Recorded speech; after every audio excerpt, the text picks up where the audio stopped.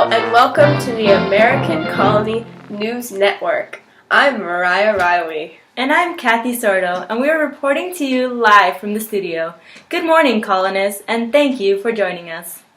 Our lineup for today includes a basic overview of the geography of this New England colony, the inside scoop on Indian life, and an interview with Roger Williams himself. But before we begin, here's Hannah Kim with the weather forecast for today. Hello, colonists. I'm reporting live from Providence, Rhode Island, founded by Roger Williams in 1636. As you can see, it is rather gloomy. We will be expecting a 50% chance of snow and wild winds. So bundle up and huddle in front of your furnaces. Back to you, Mariah in the studio. Mariah's not here. Don't they pay you to... The Rhode Island colony is located on the Atlantic coast of North America. It is 1,212 square miles, 48 miles long, and 37 miles wide, proving to be the smallest American colony yet. It includes 400 miles of coastline land and is classified as a New England colony. The layout of the colony includes flat rolling hills and lowlands with abundant greenery, mountains with dense plots of trees, rivers, and poor rocky soil, which unfortunately makes it difficult to farm and produce crops. The New England region is the coldest of the three regions, including New England, Middle, and Southern colonies, which proves to be a good disease prevention method.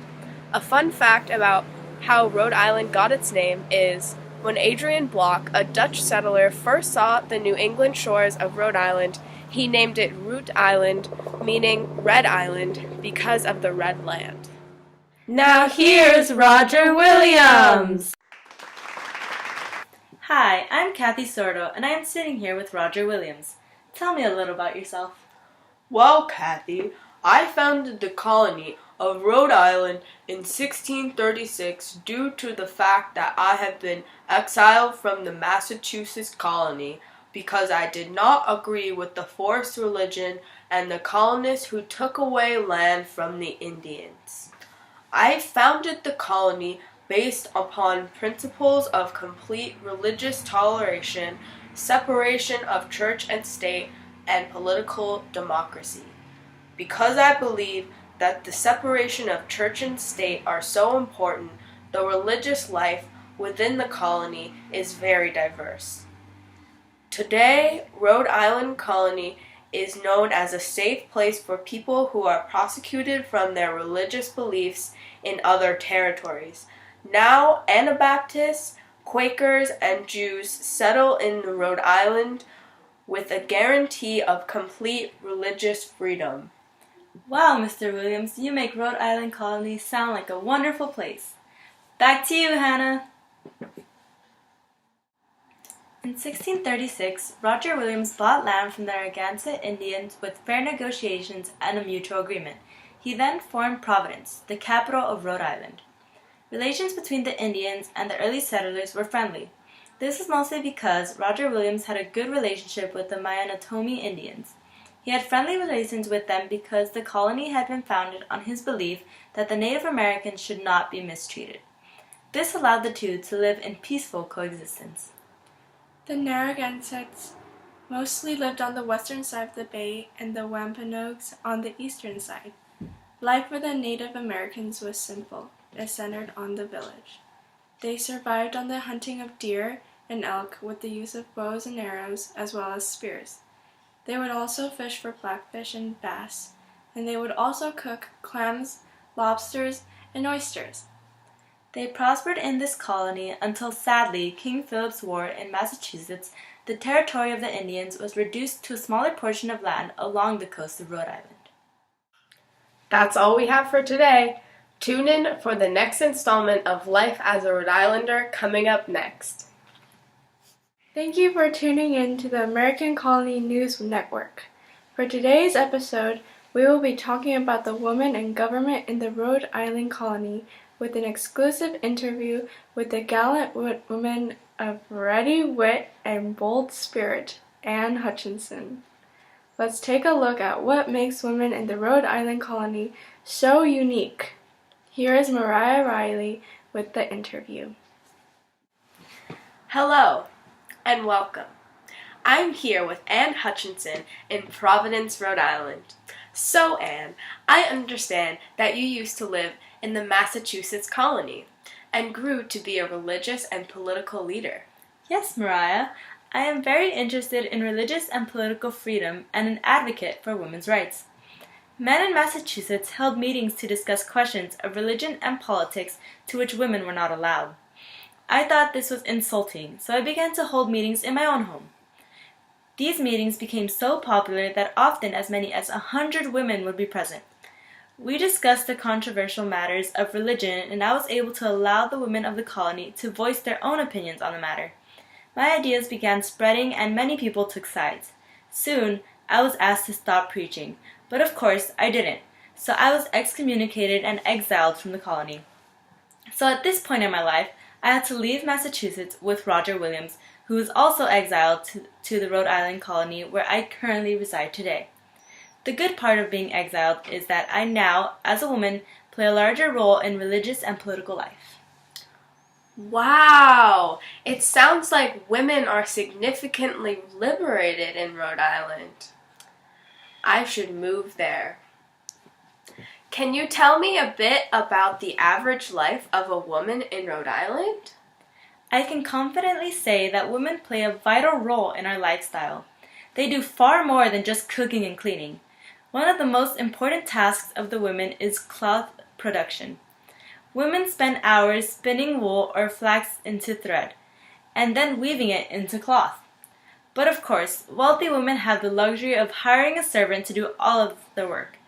In this case, these women spent their time reading, playing music, or visiting friends.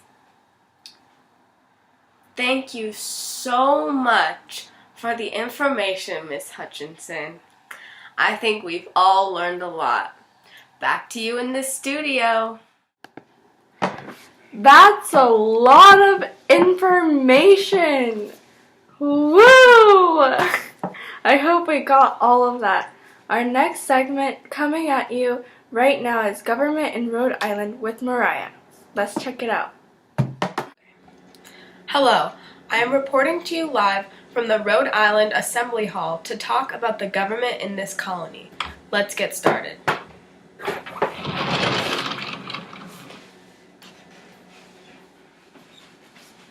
All the settlers in Rhode Island are required to sign a covenant to submit themselves to all such orders that should be made for the public good. This simple agreement, combining the principles of democracy and unrestricted religious liberty, was the basis of the first government of Rhode Island. The government of the town being thus placed in the hands of the inhabitants, with the legislative, judicial, and executive functions in effect for several years by its citizens in town meetings. 2 deputies were appointed who preserved order, settled disputes, and called town meetings. The main reason people come to Rhode Island is because of the laws. The main law that is enforced is freedom of religion. As we know, this is the very principle that the colony was founded upon. Within the colony was 2 separate plantations called Providence and the Rhode Island Plantation, with their own governors, secretaries, and treasurers. When the New England colonies formed the Confederacy and Rhode Island wanted to join, they were refused because they had no charter. So Roger Williams proceeded to England and obtained from Parliament a free charter of incorporation by which the 2 plantations were united under one government. In 1663, a royal charter was granted to them by Charles II. This charter constituted an assembly consisted of a governor, deputy governor, and 10 assistants, with the representatives from several towns, all to be determined by the votes of the free men. Thank you for enlightening us, Mariah. Well, that does it for today's installment. Be sure to tune in next time. Hey, Hannah. Yeah? Why are Americans like ants? I don't know. Why? Because they live in colonies. Hello, Hello, and welcome to the third installment of Life as a Rhode Islander. Today, we will be discussing the economic aspects of the Rhode Island colony. We will also be talking about the African Americans in the colony of Rhode Island. The first African American slaves came to Rhode Island in 1652. Rhode Island was the only New England colony to use slaves for both labor and trade. Yes, the funny thing is that there is almost the same amount of African American slaves as there are whites in the colony. Just a few more slaves and they'll overrule the whole place, don't you think, Hannah? Yes indeed. In fact, in 1708, there were about 8 slaves per 1 indentured servant. After this time, the slave population seemed to be tripling every 20 or so years. The slavery situation in Rhode Island never got to the extremity of that in Connecticut. Kudos to you, Rhode Islanders. Fun fact, in 1652, slavery was actually abolished in Rhode Island. No slave was permitted to serve for more than 10 years, but it was never actually enforced, and slave owners continued to break the law. In fact, in 1708, the Rhode Islanders actually acknowledged the slavery of both black and American Indian slavery. Eventually, Rhode Island became the colony with the largest percentage of slaves in New England. Just thought I would let you guys in on that fun fact. Even so, it seems like the slaves are being treated terribly, especially in Connecticut. Not even just regular slaves, but slaves that are considered free. It says here that free slaves are not allowed to own any sort of property, and if they do, they will have to give it all to the town. Did you know that in the late 18th century, Rhode Island merchants controlled between 60 to 90% of the African American slaves being imported to the American colonies? Because there is a higher percentage of blacks in Rhode Island, the slave laws are very strict. For instance, if any slave is caught in the home of a free black man, both men are whipped.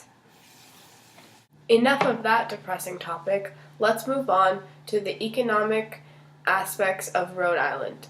Kathy, can you tell me how the colonists of Rhode Island made a living? Why, of course, Mariah.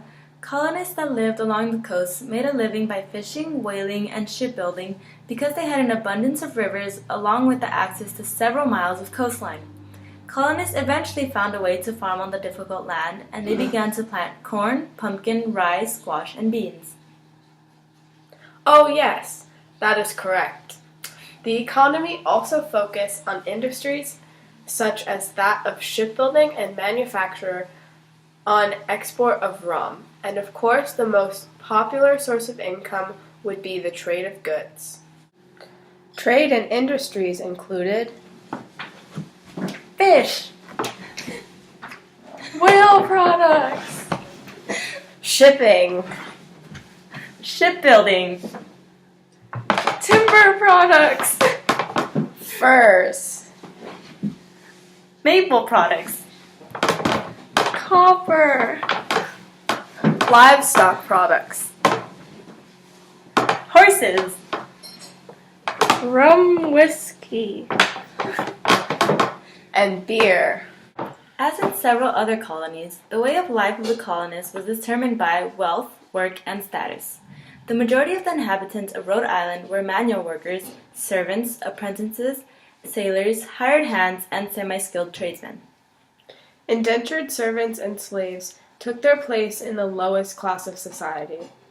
They owned little to no property, and most were illiterate. The lower classes were tainted with the inequality of not being allowed to vote, nor hold a position in public office. This differed from that of the middle class because the people within this class could vote, but only few held positions in public office.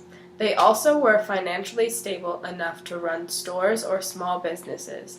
This class consisted of skilled tradesmen.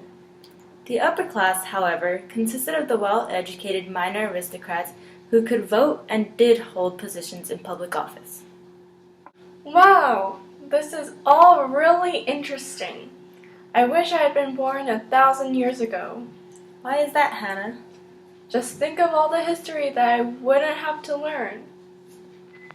Well, thank you for tuning in. Join us next week on our report on the colony of Pennsylvania.